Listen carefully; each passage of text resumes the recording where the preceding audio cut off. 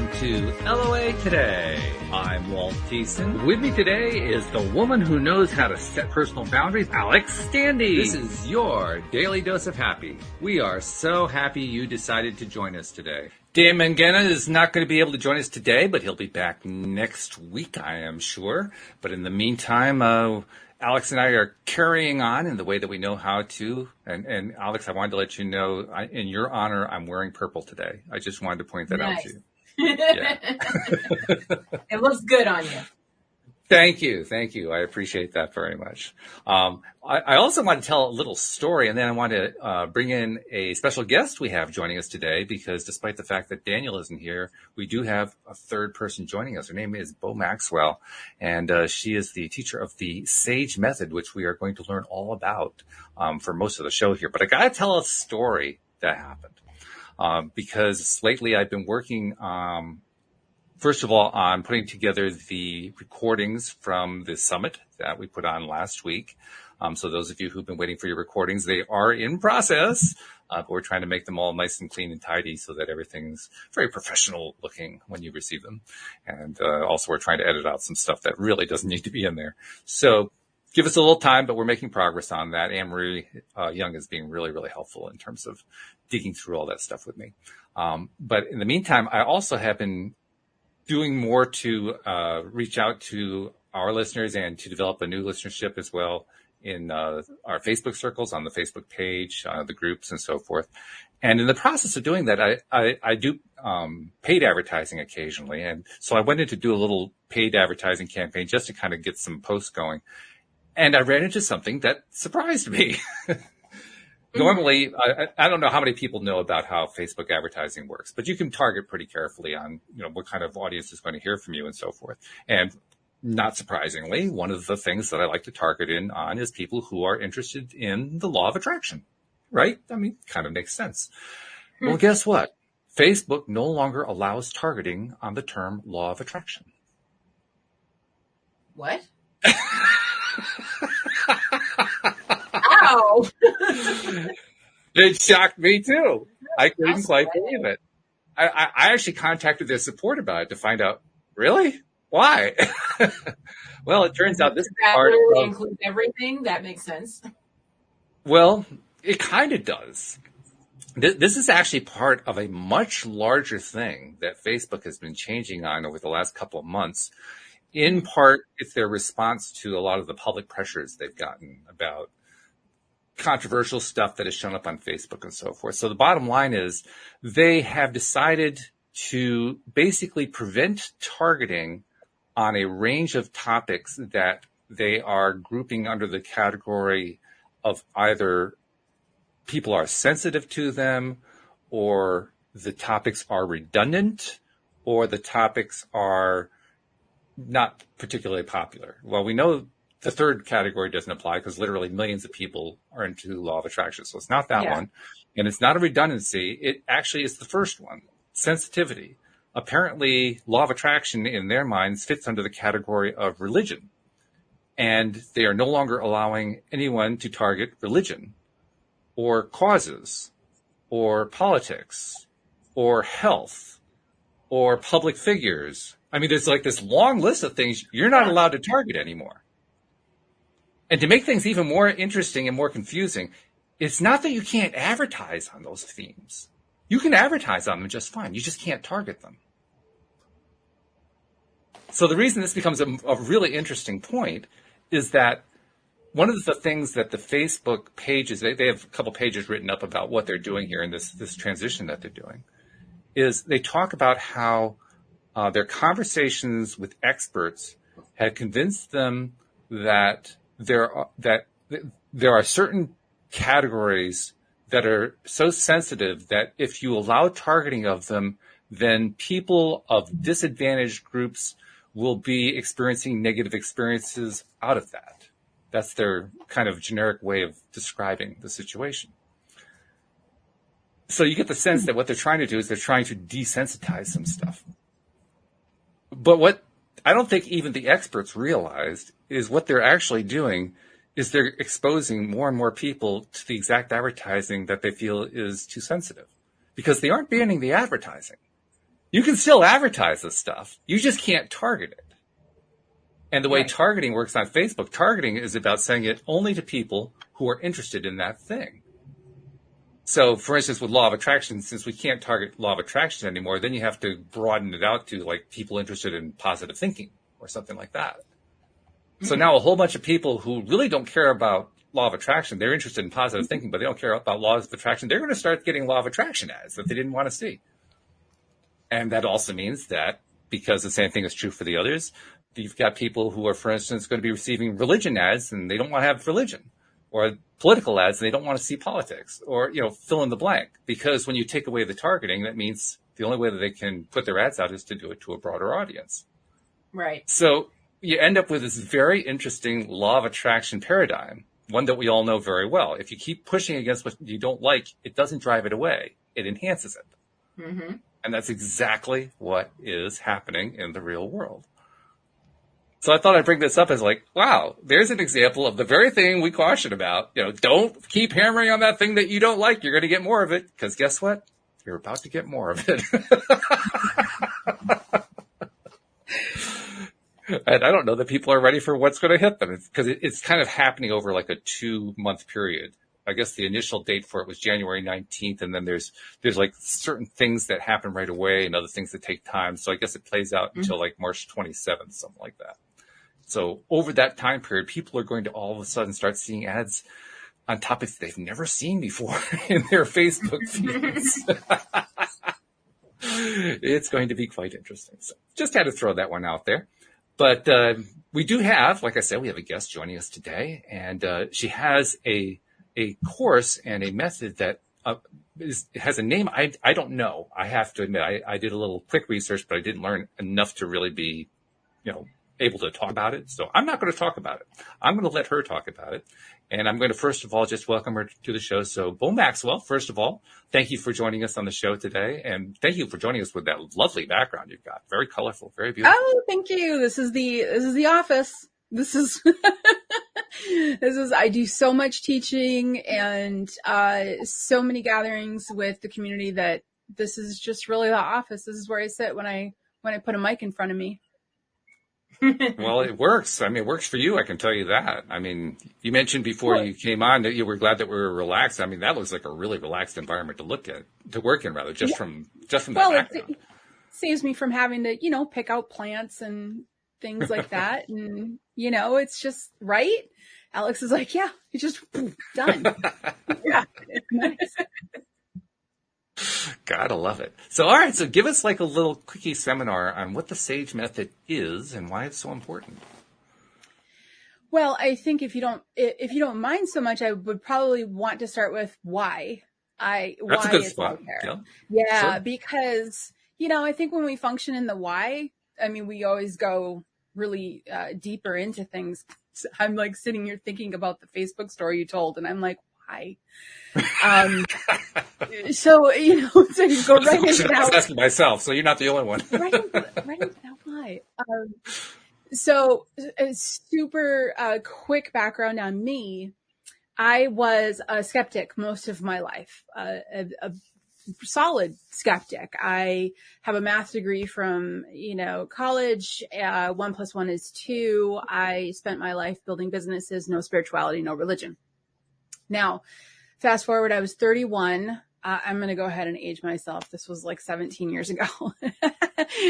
And I was 31 and my grandmother passed away. I was about 2,000 miles away from her at the time.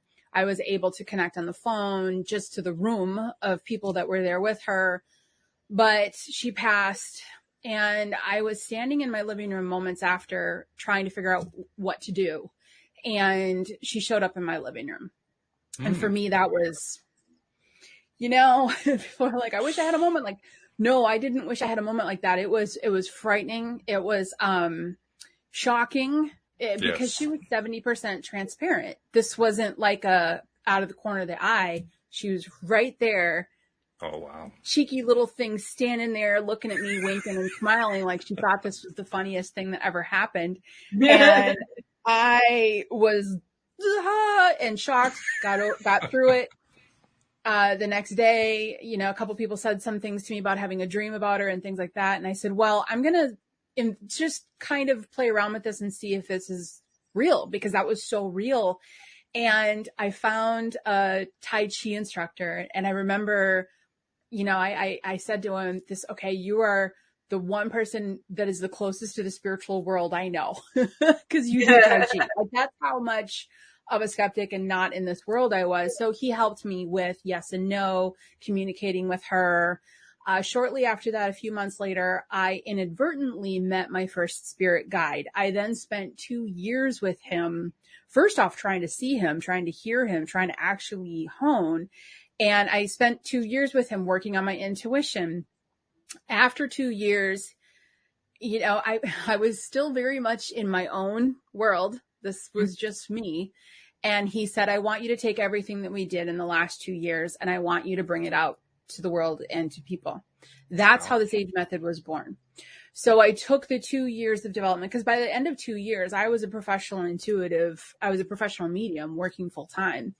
And you're right. I was naive, and I didn't know that people open or could open that. I wasn't aware of how long it took people to open and things like that.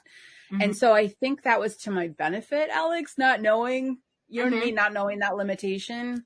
So it opened very quickly. Now I know that I opened very quickly over 2 years, and he worked with his guidance. I took everything he walked me through, got it down into a 7-week formula that really builds off of each week, because that's what he did with me. Mm-hmm. And the Sage Method was born. And I've been teaching that for 12, 13 years now. So that's really the story of it. That's pretty cool, too, that you just kind of slid very easily in a short period of time into the role of being a medium. I mean, that going from no spirituality, no religion, for me, that was like a major journey. For you, it was like, okay, we're there. Well, and like I said, I think that the blessing was that can you imagine like spiritual guides in front of me blocking people that would say that to me? Like, don't say that to her. She doesn't know that. She doesn't realize it. Let her keep going and doing what she's doing. She's naive to the idea that this is a hard thing, because I didn't know anything. So it was, okay, I'm going to do this. I'm going to do that.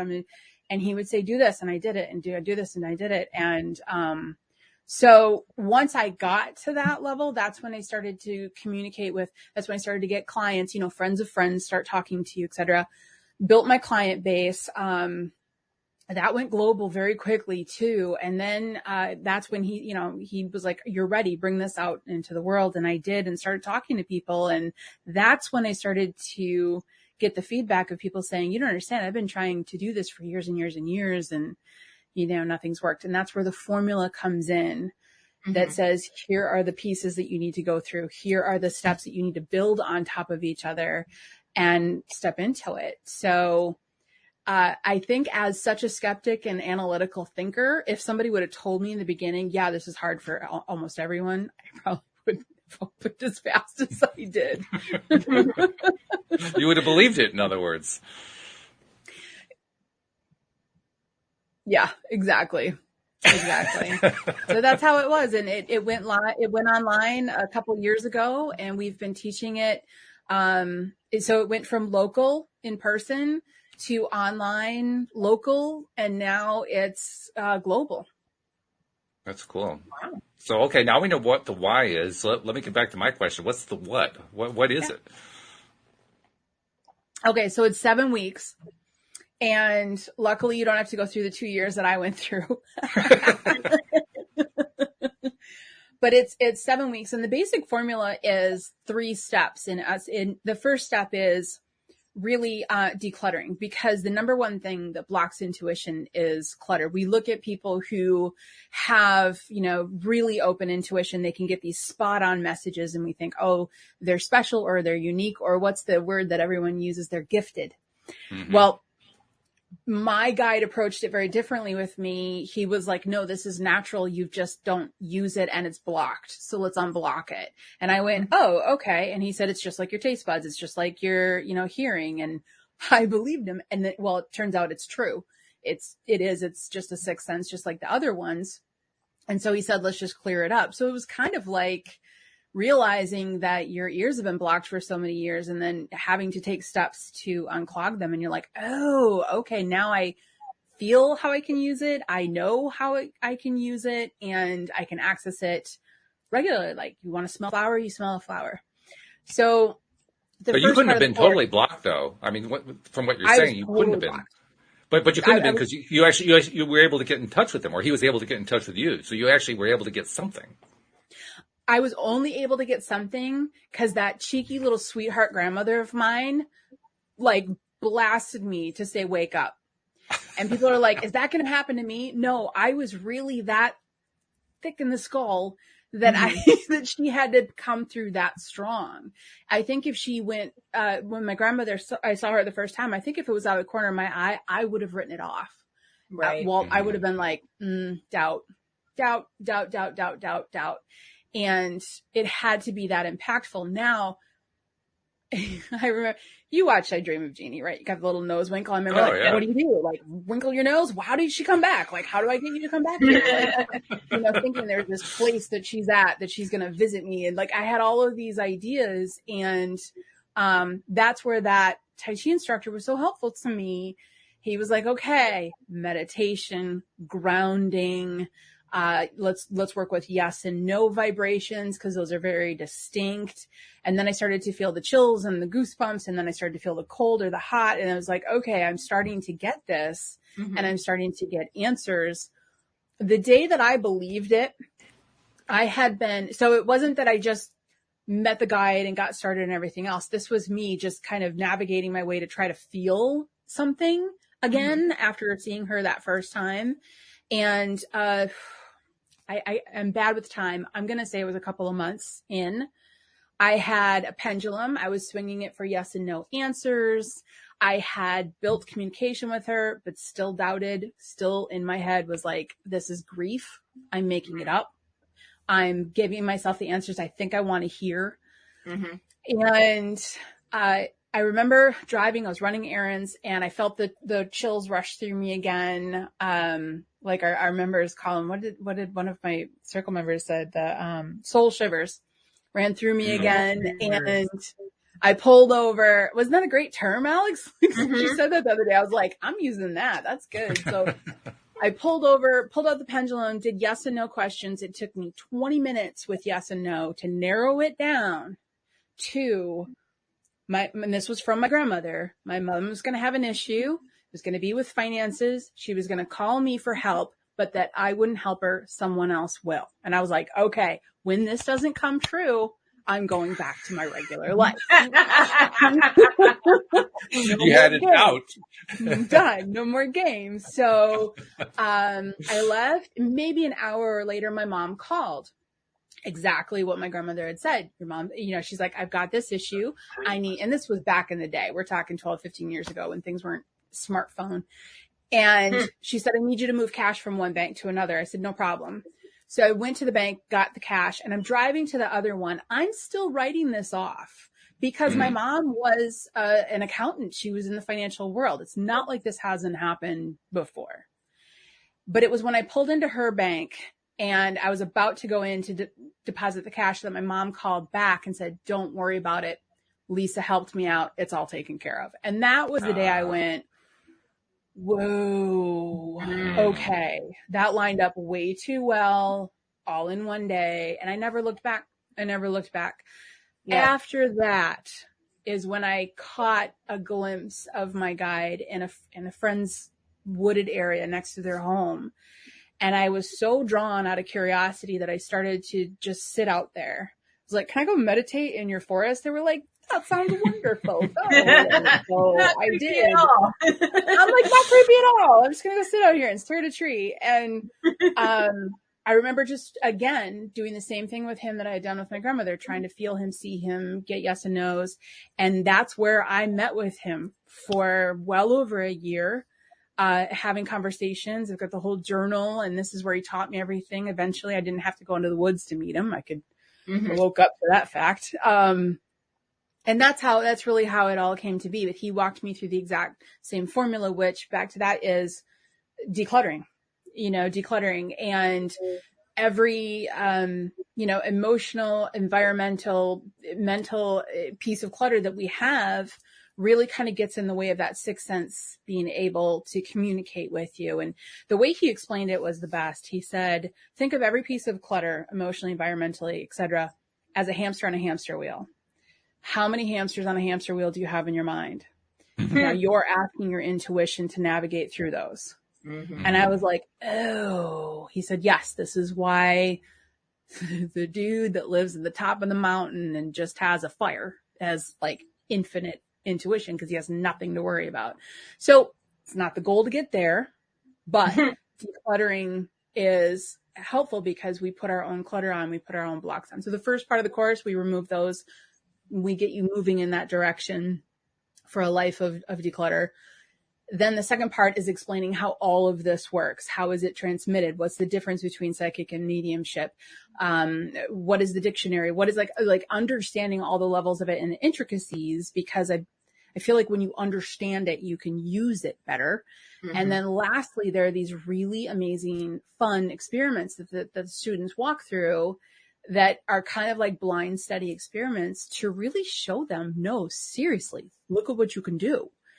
And it helps them to find their individual intuitive strength, because I think that's another false thing that people can slip into, is thinking that they have to do it like someone else, and the whole course helps you figure out how you do it and not how to do it just like someone else. So that's really the 3-step formula. It's what he walked me through, and it's what I've been walking students through for years now. I got to ask you also about your grandmother. Oh yeah. Just the way you kind of hinted at it, you made it sound like she was digging being the person to come to wake you up. Like she was living for that. Are you kidding? She was like, whoo! She was 5 feet tall, Spitfire. I'm telling, if you wanted to skip school and have fun, you went to grandma's house. She was just a hoot. She knew, you went to grandma's. Oh, she was great. She taught me how to have fun, how to love unconditionally, and how to not care what other people think of you, kind of thing. Like she just, she taught me how to live life. And I now can look back, because my life is a lot different today than it was before. And my life was probably a 3. Now out of a 10, my life is like an 11. My life is so great now. And I feel like she knew it. And she was like, oh, now I'm somewhere where I can get you out of your stubborn way and show you how to live. And that's what she did. She's incredible. You ask anybody in the family, they're like, yep, that's her. She's awesome. Does she continue to come back? Do you continue to get messaging from her? Oh, well, you ask it then. She. We've got great minds going together here. I love it. She does. She stuck with me for a long time. What I found was that she was either my butt kicker or she was my coddler. Like she would either coddle me and hold me in those times that were really hard, or she would be the one to step up and say, come on, let's go. And she knew the exact balance on when to do it. She's with me most of the time. She was with me solid for the first 2 to 3 years. After that, I remember she said, I'm going to take a little step back. And I remember I was really crushed because I never went through the grieving process because I grabbed on. Do you know what I mean? Mm-hmm. And that was a hard day for me to say, where are you going? Like, wait, you explained how all this works. I know you don't have to go anywhere, but you're leaving. And so little temper tantrum in the woods there. I'm kidding, and she distanced herself for a little bit from me. I now know that was what I needed, because I needed to stand on my own 2 feet and not be so, reliant and leaning on her so much. And then eventually she started to kind of pop back in again. And now I swear, you two, she's just here for the fun. She's like, oh, what are you going to do? I'm like, oh, I'm going to go do this. She's like, I'm coming with. It's like, okay. All right. So it makes sense. The way you described that first vision, I mean, it almost sounded like she couldn't wait to get in front of you. She couldn't. Just couldn't wait. she was standing sideways. And I believe people are like, why was she standing sideways? I believe it's because it was one more thing that I couldn't write off. You know what I mean? Like it was different than the face on how I would have, my brain would have created it. So she just was standing sideways. She turned.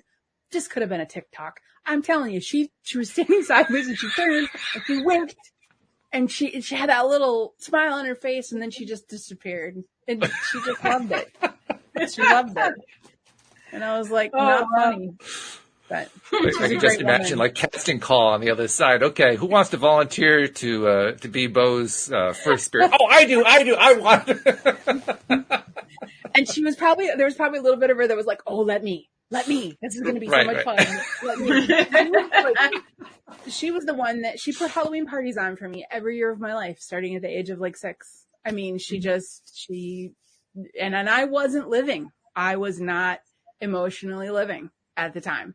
You know, I was in the grind. I was in a not the best place, et cetera, et cetera. And she was like, oh, let's go. And that was the beginning of the whole adventure. So let's talk about that, the first stage of the SAGE method. That's where you're dealing with all those blocks and so forth. And I'm wondering, are there patterns to that, or is it so individual for every person? I mean, how does that play out? Is there patterning, or is it all individual? Is there some combination, or how common are the blocks? Well, they're very common. And I feel like for many people, when they go into this, and especially because we do the course together as a community, so everyone has access to the same place where they can talk to each other and such. And I think it's really helpful and very healing for people to be like, I'm not alone with this, because there's a lot of things that we take on, and we carry on our shoulders quietly. And it's when we're like, oh, I'm not the only one that does this pattern. I'm not alone. And you have other people that are like, we can do this. We can lift up from this pattern. I think that's really empowering.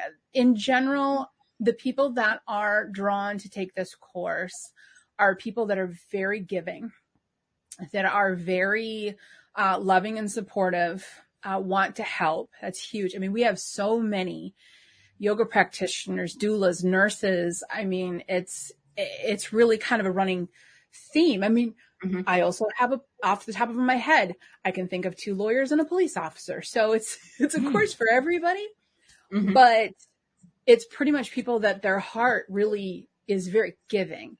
And the hard part about that is that can be taken advantage of, and that can be a pattern. And so that's kind of a general theme of a big pattern that a lot of people that go through this have to learn how to set healthy boundaries. I heard, Alex, you rock at that.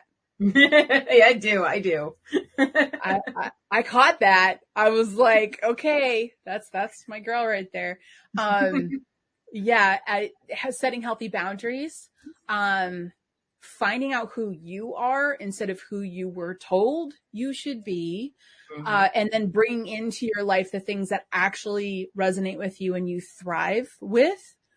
Those tasks really are game changers.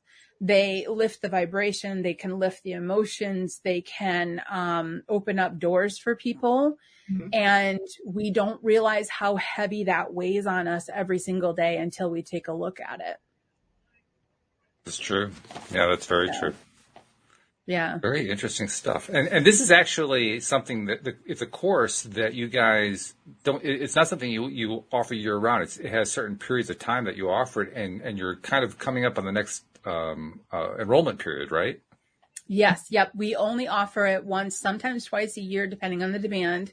And the reason is because I do the weekly gatherings with everybody. We're all, like I said, we're all doing it together at the same time. People can watch the training videos in their own pace at home, and then they've got the workbook and everything that's mailed to them. So they've got the supplies, but as a community, they have the Q&A area. They've got the forum. They can, connect with other students. And so I find that it really helps because it's hard to complete a 7-week course at home by yourself.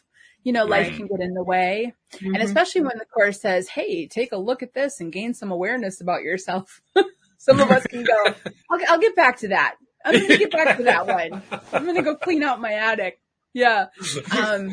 And so it's really helpful to have that. And then everyone gathers with me once a week so I can answer questions and connect with people as well. It's really important to me.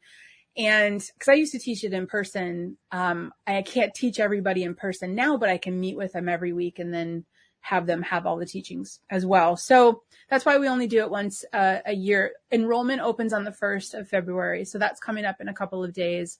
We have a wait list. We'll let the wait list people, we'll give them a day or two access beforehand, because those are the people that are like, I'm in. Let me know, I'm in. And so we open it up to the wait list, and we open up to the general public, and it closes. If it doesn't sell out, it usually sells out, but if it doesn't sell out, we'll close it on the 14th of February. So, but it's really easy to just get on the list, or, find out more information about it to see if it's fit with you. And I tell people, sit with it. With it, because it's a 7-week commitment. I can tell people until I'm blue in the face, all these examples of people that have gone through and they've had this happen and that happen. The bottom line is, where are you right now? And is this pulling at you? If it is, then it's right. And that's what I tell people, to really kind of sit with it and feel.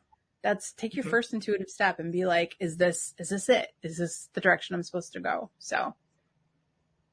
Which is important. I mean, you have to be in alignment with the thing if you're going to do it. Because it sounds like it's a pretty major commitment. It sounds like it's probably a significant financial commitment. So you're committing in a lot of different ways to something like this. Yeah, you are. This is a course for somebody that's like, you know what? I'm ready. Like, I am done with this past pattern. I am done with not having direction. I'm done with these things in my life. I want to go here. I haven't been able to figure out how. If I could connect with my guides, if I could connect with my higher self, if I could get answers from source for myself, if I could get linked in a way that I could actually witness and experience my spiritual path and then go in the direction I want to go in. But you have to be ready for that. Do you know what I mean? It's not like card reading 101. Yeah. it's like, when you're done with the course, your intuition will be open. You will be able to ask questions. You'll be able to get the direction. You will start to see the signs that you needed to take the steps forward, but you have to be ready to take the steps forward.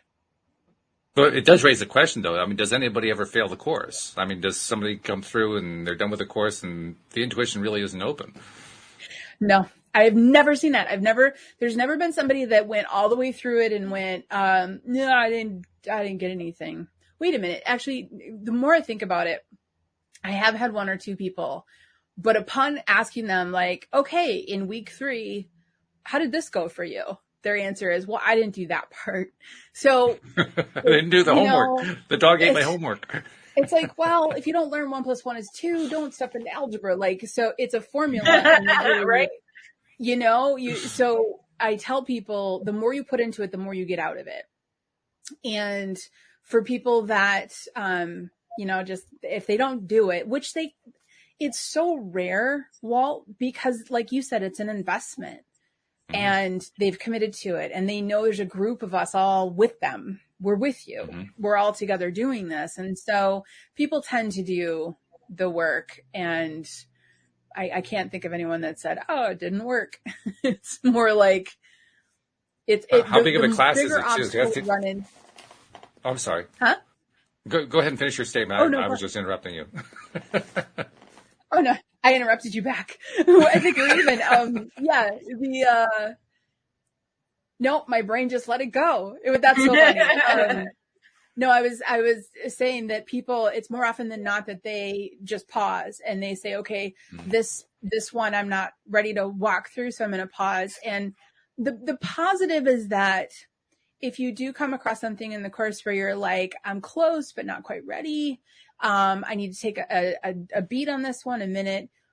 People have access to the course permanently and forever. So we have people that go through it on their own once a year, or they'll jump back into the cycle with us because they already have the workbooks and everything, and they're like, are you doing it on February again? Can I join you? Yep, come on in. So once you buy the course, you can do it again and again. Okay. And when you say that the person who comes through, their intuition is open, I'm not quite sure what that means. And the reason I say that is my own spiritual journey. There have been times when I've been able to attain levels of intuition, and other times where I'm pretty sure I wasn't there. And a whole bunch of areas in between. Sometimes it's better, sometimes it's not so good. But I know that compared to like where my goal is, I've never been really close to my goal, because my goal is to basically be able to do what you did with your spirit guide, to have conversations. To me, that's where it's really interesting. That's where it's fun. So I'm wondering, what exactly does it mean to be open? Being open is, okay, first off, it's so much fun. I'm not going to lie. I would never go back. If someone said, if you could redo this and not have to go, because going from a complete skeptic in the group, the social group I was in, to this, not easy. So so there was some struggles and there was some adjustments, and people are like, well, some of that was tough. Would you go through it again? In a heartbeat. In a heartbeat. Being open means you have access to signs. It means you have access to your spiritual team, your guides. You understand how to connect with them in a way to actually get information. So when somebody hears me say it, they're like, what do you mean? This is what I mean. I'll give you this one, like right here, a tool. Okay. People always want to talk to their spiritual guides. And I did this, and many have done this. I was like, oh, that's my guide in the woods. Like we mentioned, that guide. I was like, you're my guide. So you have all the answers. Okay. What are my kids going to be when I grow up? How much longer are we going to live in this house? When am I going to get a new car? Like I went right into everything I wanted to know. And it didn't work. In essence, what I found teaching so many students is two things. When you learn to see them where they're at, which is when you learn to disconnect from the agreed upon reality, let go of the solid molecules, focus in on what's in between the molecules. When you can get that pattern started and ask this one question, what is it you want me to know? Those two things are a game changer, because what you're doing is you're saying to your team, which by the way, they're not stopping by at a coffee shop, and then running over to the park to chill out to feed birds. Like they have a job. They're working for you. This is their focus. They're not in a human life. So they think differently than we do. They want to help. That's what their focus is. So when you say, hey, I want to help me too, and I know you know best, so I'm going to let you tell me, what is it you want me to know? That's where the guide goes, oh, okay, cool. Listen up. If you follow this or you do this. So it's kind of like getting on the team instead of hoping that you found a magic 8-ball. It's kind of like, which is how I approached it. I was like, oh, now I can know everything. And it's like, no, it doesn't work like that. But when it comes to your spiritual guides, if you relax, sort of disconnect from the solid type feel and say, what is it you want me to know?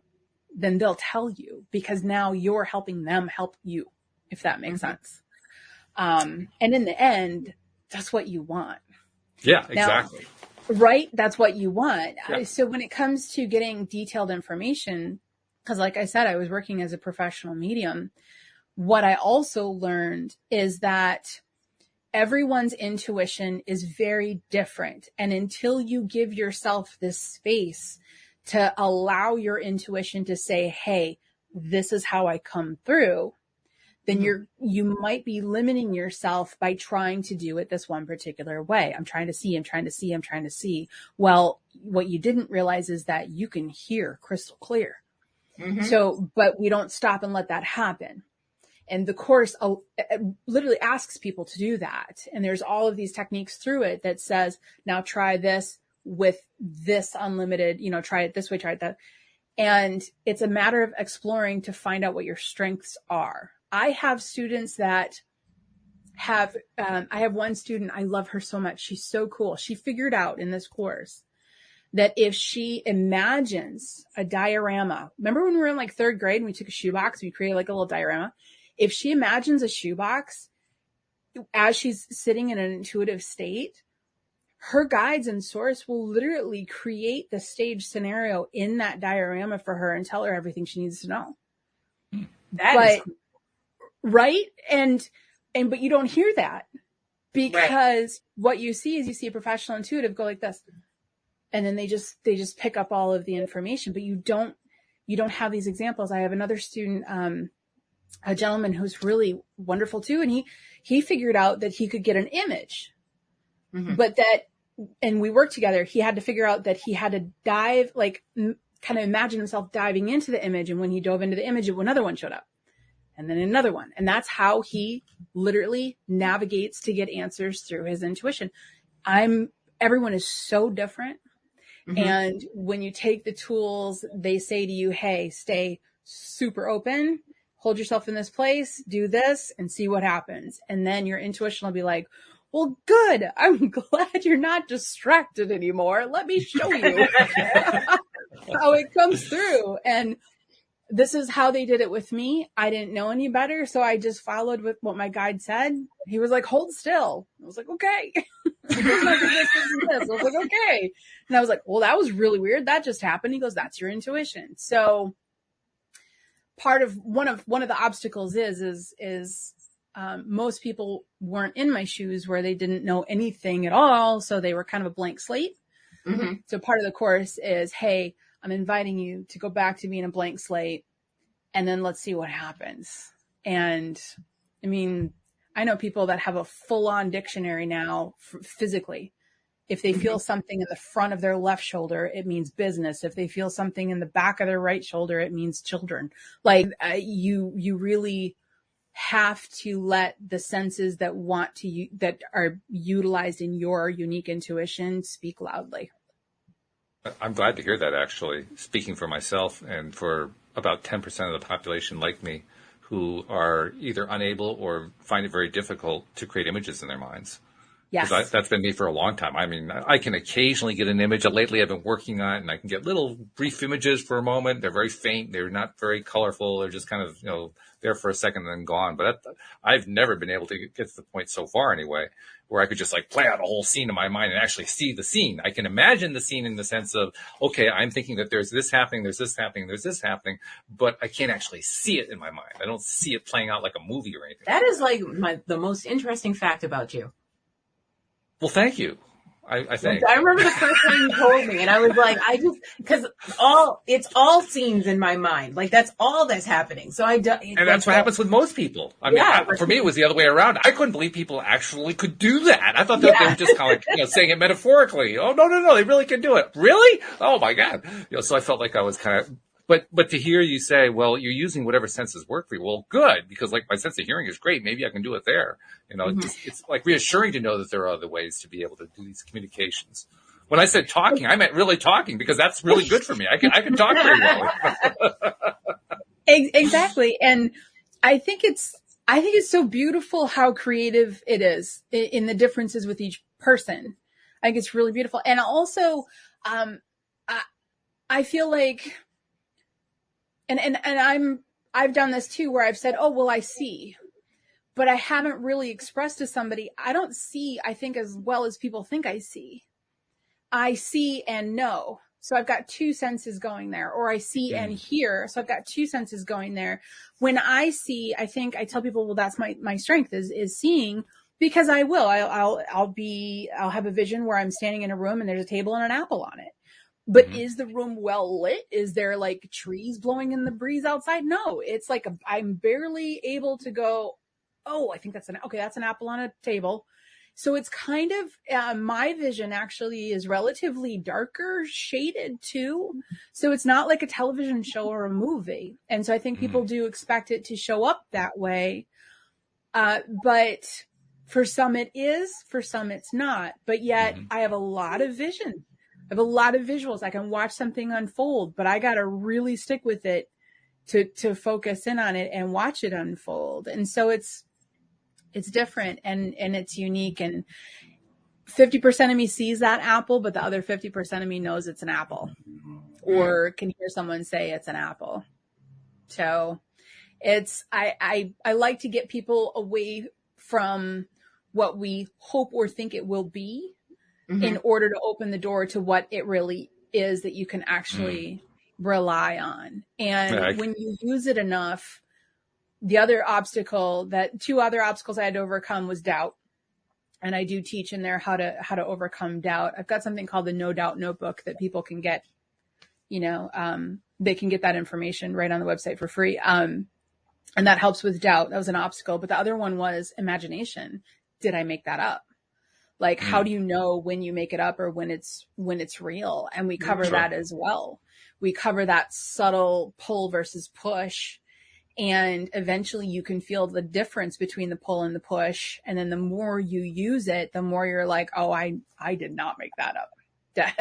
That came out of left field and nope. Or you can, reset it and look at it again and again and again. But life is, it's not perfect because life isn't supposed to be perfect, but it's a whole lot more fun and it opens up so many more doors and your abundance game levels up, your ability to manifest levels up, and life becomes a little bit more magical. I tell people you become a conscious creator. You become so linked in with what's happening to you from source that you start to become a participant in it. Can I tell you a fun story real quick? Sure. We love stories. We do. We love them. This one I love. And I've been working on this conscious creator energy for a little while now. And we are full-time RVers. We've been doing it for about a year. And we don't have any plans on stopping because it's so much fun. But we were driving from one location to another. So we're literally moving the RV from one location to another. And I said to my partner, I heard about those places that you can throw axes at bullseyes. I'm like, that sounds really fun, right? So let's keep our eye out for one of those locations because I would really like to give that a try. I don't think I've ever even picked up an axe or thrown it. So we get to the next location. We happen to stop at a fairground. It was off season, beautiful, empty, quiet. They've got RV hookups at almost every fairground out there.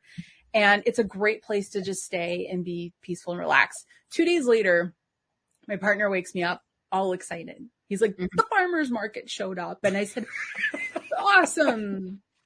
Go outside and get what some do I do fruit. with that? I'm like, Go farmer's market. Yay. So the farmer's market showed up at the fairground. So 50 yards away from the RV now are all the booths. And he said, no, here's the cool thing. There's a mobile axe throwing unit. And I was like, done.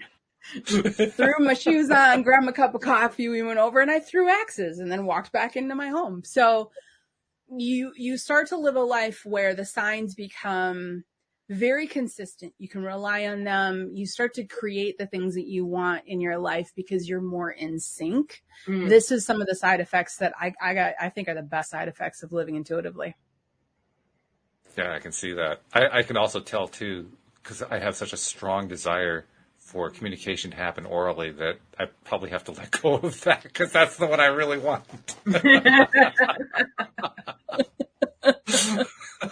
I can relate to that, Walt. For me, it's like, just tell me. Just say it. Right? Just tell me what I need to know. Stop beating about the bush. Just, lay it out here. Okay? Come on. Just plain speak, please. Exactly. Do you speak English?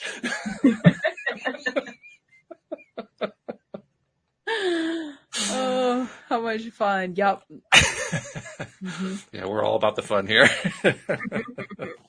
I'm trying to think what movie that is. Where the girl goes, oh, Finding Nemo. I think it's Dory who says, you're really cute, but I don't know what you're saying. Oh. You're adorable. I can see you, but I don't know what you're saying. Yep. That is great. Okay, so we have some time left, so we don't have to rush this, but I want to get it in now before I forget. Tell people who are interested, how do they find out and perhaps even sign up for the next version, the next course of the Sage Method? Oh, pretty easy. TheSageMethod.com. So THESAGE method, METHOD.com.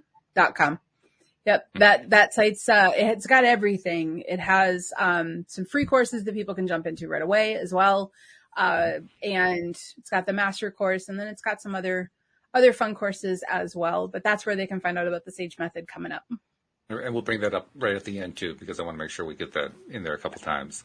But I want to go back to what your experience was when you first dove off the cliff, is my best way of expressing it. Because like you said, you just kind of slipped into it before you even realized that you were doing something that people considered to be difficult, and you just went with it because you didn't know any different. And that's great.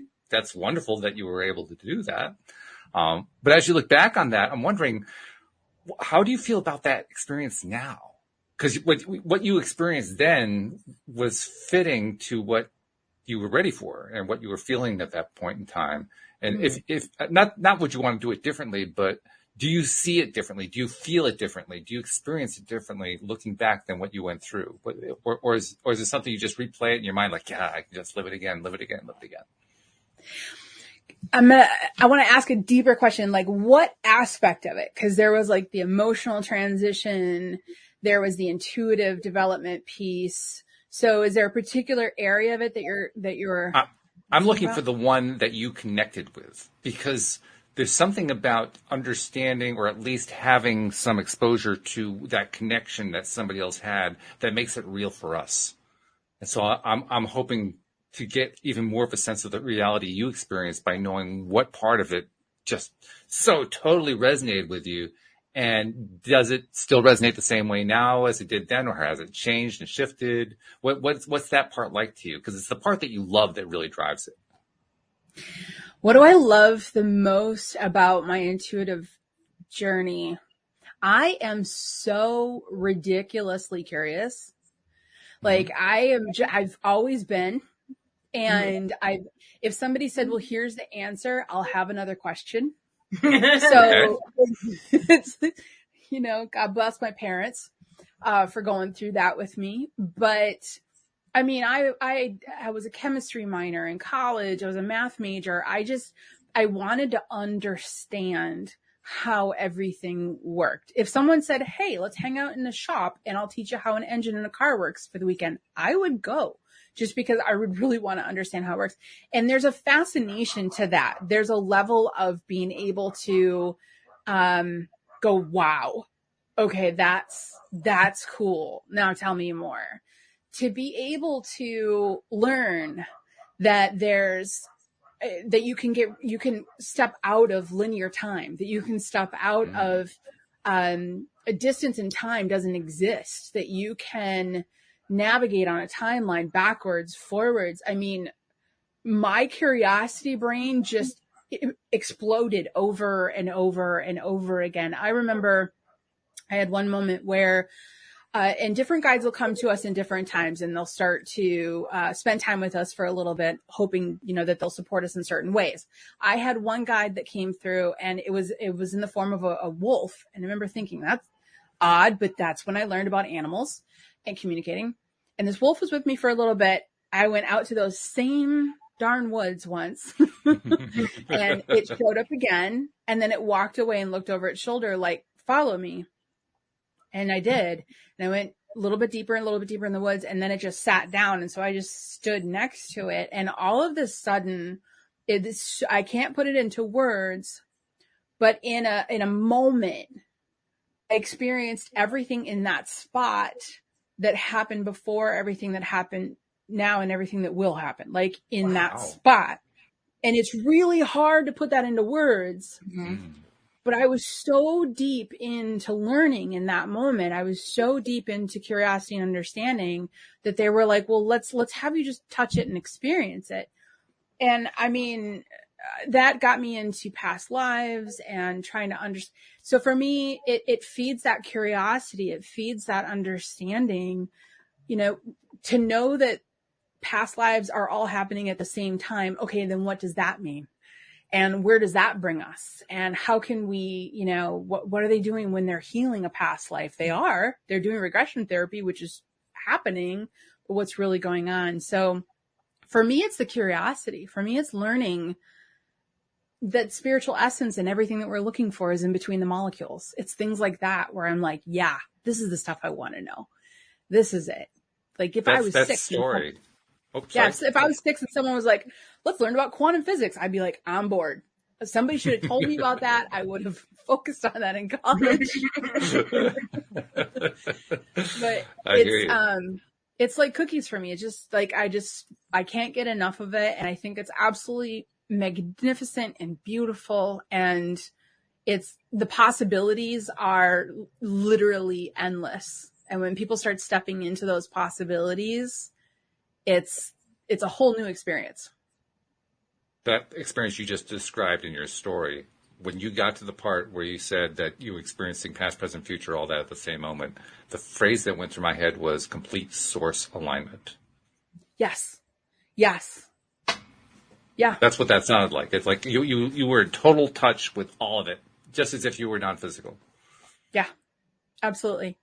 And then I came back and I had 2 quick thoughts, Walt. The first one was, I want to explain this to everyone. And then the second thought was, I have no idea how to put words to this. Oh, did you do that? Right? Those were my 2 thoughts.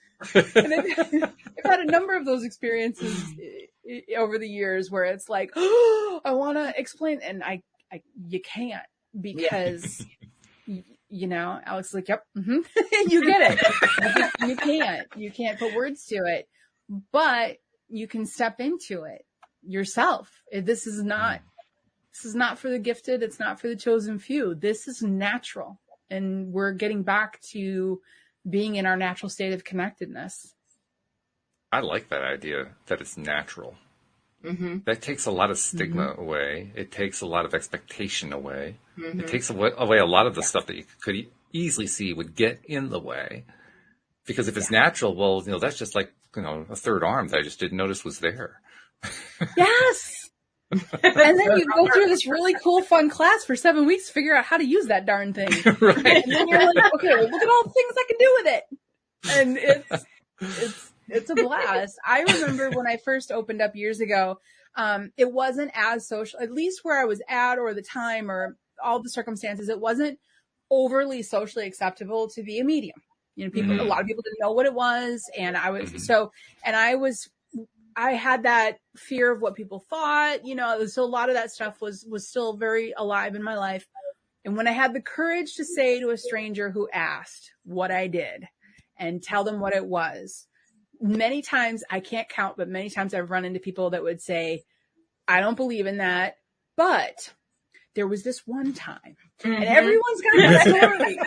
And it's like, I don't believe in it, but there was this one time. And it's like, okay. All right. That is natural. Funny. It's very natural. That is funny.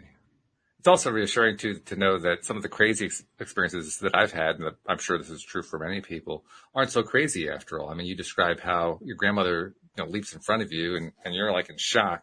Well, I mean, I remember an experience one time where I was asleep. I was like in that half awake state, not quite awake, but I was definitely asleep. And all of a sudden this face comes right into my face, like 2 inches away, and says, hello. And I go, whoa, what was that? Yep. Exactly. I mean, your side actually rather polite by comparison. Exactly. We have a whole community of people. There's the course, but we also have what's called the Sage Circle. And this is a global community of people that are, they're all following their spiritual path. It's, it's a fun community. It's a membership community. And one of the things we like to say to people is that the Sage Circle is the place where you don't have to start the sentence with, this might sound weird, but, and I think everyone needs that place. They need that safe place to go. People are like, well, why did you start the community? Because of what I went through. Because of all of the transit. I was afraid to tell people what it was. I had these, come on. All the past and all the future moments all happen in one moment. And I get in my car and go home and can tell no one. It's like, it was really hard. And I didn't have anybody I could ask the questions to and things like that. So that's really where the community was born. I've been building community for years because of that. Because somebody might live in, a town and they don't have a circle around them immediately of people that they can be like, hey, this happened. And that's what the community is about. Now, by the way, I also have to throw in, I love that you use the phrase conscious creator. We use that all the time here. And when you said that one, it's just like, oh, ring. I love this. This is good. She fits right in. Yep. Definitely fits right in. No doubt about it. All right. So it's thesagemethod.com. That's where they go to find out all about the course and the stuff that you have, your community, all that kind of stuff. And if they're going to sign up, they need to sign up pretty quick because it's going to close pretty soon, right? Yeah, we have a limited number of supplies, so we only can let in so many people. And if they get on the wait list, they'll get like a little bit of a notification before it opens the doors to the public. But we open it up officially to everybody on the 1st of February. All right. Sounds good. Well, all right. Bo Maxwell, thank you very much. This has been a fun visit. Really, really interesting. Hey, I came on here and I was like, wait, I see the word fun and laughter. Like, these are my teeth. I'm like, this is good. I'm going to have a good afternoon. Yeah. Right? That's how you know you're in the right place. Absolutely. Exactly. We're all about the fun. This is your daily dose of happy. That's the whole point of it. Yes. It's about being in that high vibe space. I mean, even if you have trouble being high vibe the rest of your life, you can do it for an hour. Yes. Exactly. Right? Mm-hmm. So there you go. All right. Well, thank you very much. Thank you for spending this time. Thank you for giving this great set of stories and pieces of information. Really, really cool. Very tasty, very yummy. Oh, it's loved good it. stuff. Absolutely loved it. Yeah. We'll have to have you back again. Just if nothing else, find out what happened in this round of the course. It's going to be interesting. You're going to have some good stories, I think. Exactly. Oh, very good. All right. Thank you, podcast listeners everywhere. And we will see you all next time here on Elevate Today. Goodbye, everybody.